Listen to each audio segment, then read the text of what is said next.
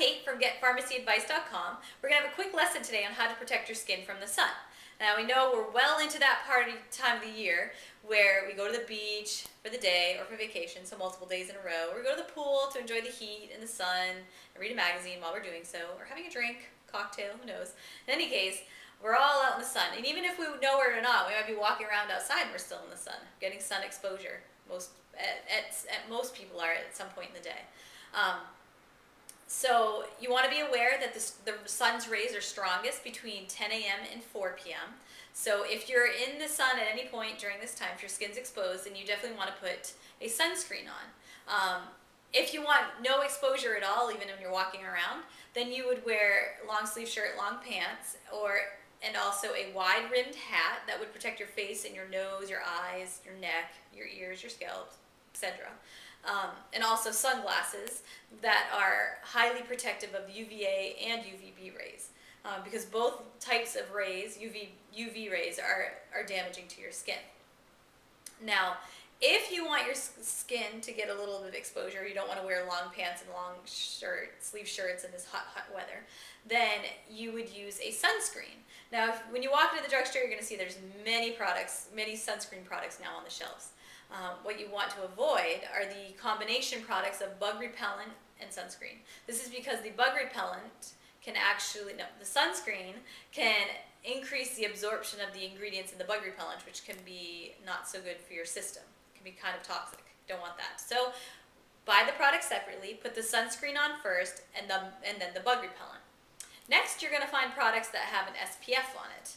So it's going to be like SPF 15 or 30. Those are the most popular ones. And you at least want to have an SPF factor, or SPF of 15. The SPF stands for sun protection factor, and it's the rating for the UVB rays. There's no rating for UVA rays quite yet. So this is all the SPF is in regards to the UVB rays. Now, the SPF 15 blocks out 93% of the UVB rays.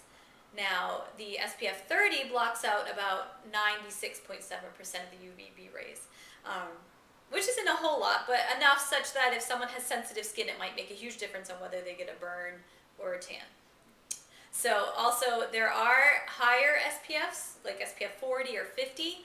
It's a very controversial situation going on with whether those 40s and 50 SPF are worth getting, or if they're even more effective. It appears that the SPF 40 blocks out about 97.5% of the UVB rays, which is less than 1% more blockage than the SPF 30.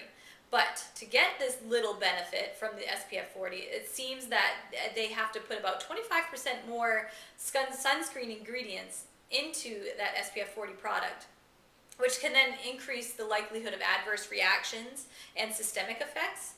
And also it's going to hike up the price of that product. So anything above 30, SPF 30, like the 40 or the 50, you're going to want to be a little wary about. If you've used it in the past and it works well for you and you don't react to it at all and you want to spend the money, then that's fine. Just know that SPF 30 should be pretty good product for you. And if you have the more really sensitive skin, then you could probably try the 40, the 50 and see how it works. But in any case, you want to put about 2 tablespoons of this sunscreen for full body coverage, and you want to put the sunscreen on about 30 minutes before you go outside. This way it gets a chance to settle in and to start working. If you're in the sun between 10 a.m. and 4 p.m., then you want to reapply the sunscreen, same amount, 2 tablespoons, every 2 hours. And if you're sweating a lot, or if you're in the swimming pool, then you want to reapply it even more often than the 2 hours, so say every hour or so. It also depends on how sensitive your skin is. Also, let's see, actually going back to how to select a product, you want to find a product that has a seal of approval from the American Academy of Dermatology or the Canadian Dermatology Association, because they actually test the quality of the sunscreen products. So look for that when you're actually looking for your product.